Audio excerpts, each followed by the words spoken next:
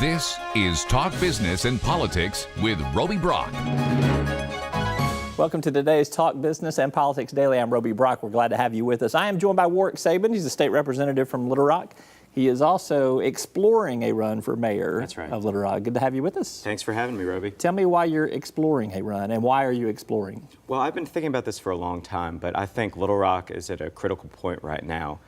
We've got some problems that we need to solve, but we're also missing a lot of opportunities to be the greatest city in the United States. And I think we have that opportunity. We have a great natural setting.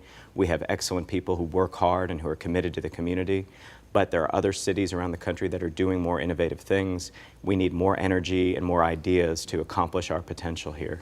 You went on a listening tour on Sunday. What did you hear? Well, I mean, everyone around the city is concerned about crime and public safety. They want better schools, they want better infrastructure, and they want more jobs in the city. I think that's pretty universal. I think they also want a city that's more responsive to their concerns. And you know, as mayor, I would be more engaged with the community. I'd be more inclusive. I'd be out there listening to people and making sure things get done. Mayor Mark Stodola, who's been in the office, I think he was elected in 2006, actually said he does intend to run for re-election in 2018. You think Mayor Stodola's done a bad job? Well, I don't really want to talk about Mayor Stodola's job as much as I want to talk about the job I would do as mayor. I think I can do better. I think, you know, I've got some new ideas. I think I have the opportunity to engage more people. I think I have a track record of getting things done, not just in government in 3 terms in the legislature, but in the private sector, in the organizations that I've run. I've started the Innovation Hub, which is a really great new resource that helps people start businesses and get new job skills and invent new products. And that's the kind of approach I want to bring to city government. Let's talk about crime in Little Rock. You mentioned that earlier as one of the top things that you heard from some people that you were talking to on this listening tour.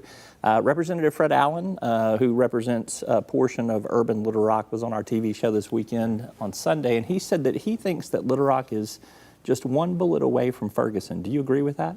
I certainly think that the way things are right now, we do have the potential to have an incident that could be very inflamed. And I mean, we had one, 2 weeks ago with 25 people getting shot in a nightclub. And so things have escalated to the point where we need to have a sense of urgency about solving this problem. And there are things we can do immediately in terms of some of the things you do. We need to fill the vacant police positions. We have 70 vacant positions in the LRPD that we need to work harder to fill, because you simply cannot enforce the law if we have our officers spread that thin. They can't respond quickly, and they can't be present in the community.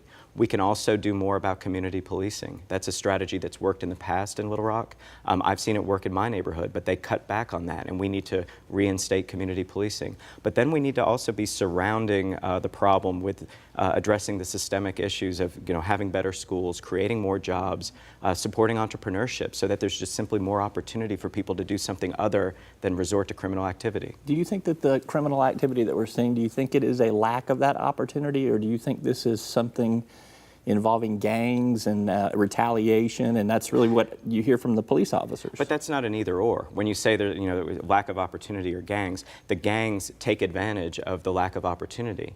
In essence, when people don't have something else to do, they are susceptible to being brought into a gang. And in essence, that becomes their job. That becomes their purpose. That's what they wake up in the morning to do. That's what they're given a task. They're congratulated for doing it, just like all of us, do in our employment. And I think that what we need to do is find more productive activity. I think everybody wants to contribute. Everybody has good ideas that they can bring to the table. But right now, we're not offering the support to create those businesses and bring those ideas to fruition. All right, let's take a quick commercial break. We're going to come back and talk education. Thank All you. right, Representative Warwick Sabin, he is a potential candidate for mayor of Little Rock. I'm Roby Brock. We're back right after this.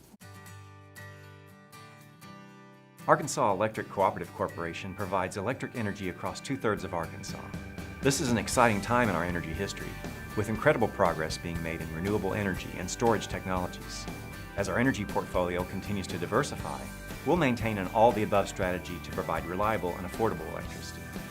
Ever since the first light bulbs were placed in our members' homes, the electric cooperatives have been the solutions provider for our members, and we want to continue that well into the future. Each day, the promise of our nation begins again. Arkansas and America, moving forward. I help make that promise a reality. It's not for everyone, but people everywhere depend on us. Trucking delivers, or everything stops. And that's what drives me. Welcome back to Talk Business and Politics Daily. I'm with Warwick Sabin. He is exploring a run for mayor. Are you exploring a run for mayor, or are you really running for mayor? Well, here's the deal. Little Rock has an interesting statute where you can't file for a city office until the August before the election. So that would be August of 18 for a November 18 election. And you can't even say you're a candidate until the June before the election. And I needed to get out of the way for my legislative seat so that people knew that I wasn't running for re-election, and therefore others would have the opportunity to run for it. So I felt obligated to come out now, let people know what I'm interested in doing, and the only vehicle to do that is an exploratory committee. All right, let's talk about the Little Rock School District, which has been under the control of the state for over a year now.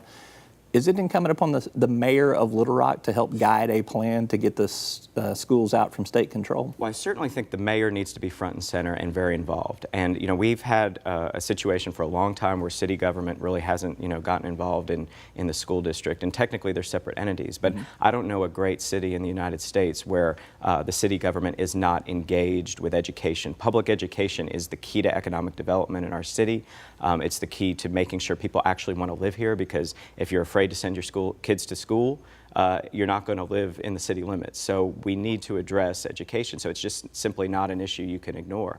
And I think the mayor can play a strong role working in collaboration with the school district, with the superintendent, making sure that we're getting quality schools you know, built and renovated, and that we're, you know, ensuring especially that we have an elected school board here that's making those decisions. So I think the mayor, you know, is the elected representative of everybody and should be an advocate for great schools. Give me 2 or 3 things that you would do if you were elected into the office to start turning the school system around. Well, for instance, you know, we just had a millage election a few weeks ago, and, you know, there were obviously, it was a very divided, you know, vote. I mean, it actually lost by a significant margin, but I think, you know, as far as passions, you know, we had a lot of inflamed passions on both sides.